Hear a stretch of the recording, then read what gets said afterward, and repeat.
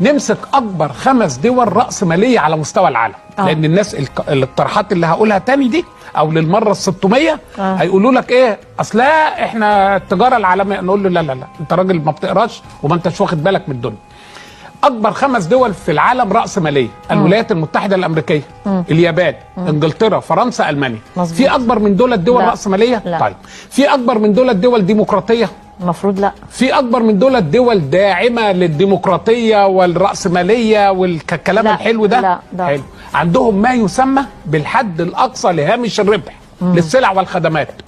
جميع الدول دي حطت نظام عندها اي لبس ممنوع يزيد هامش الربح بتاعه عن 20%. اللي يدخل الفم 25%.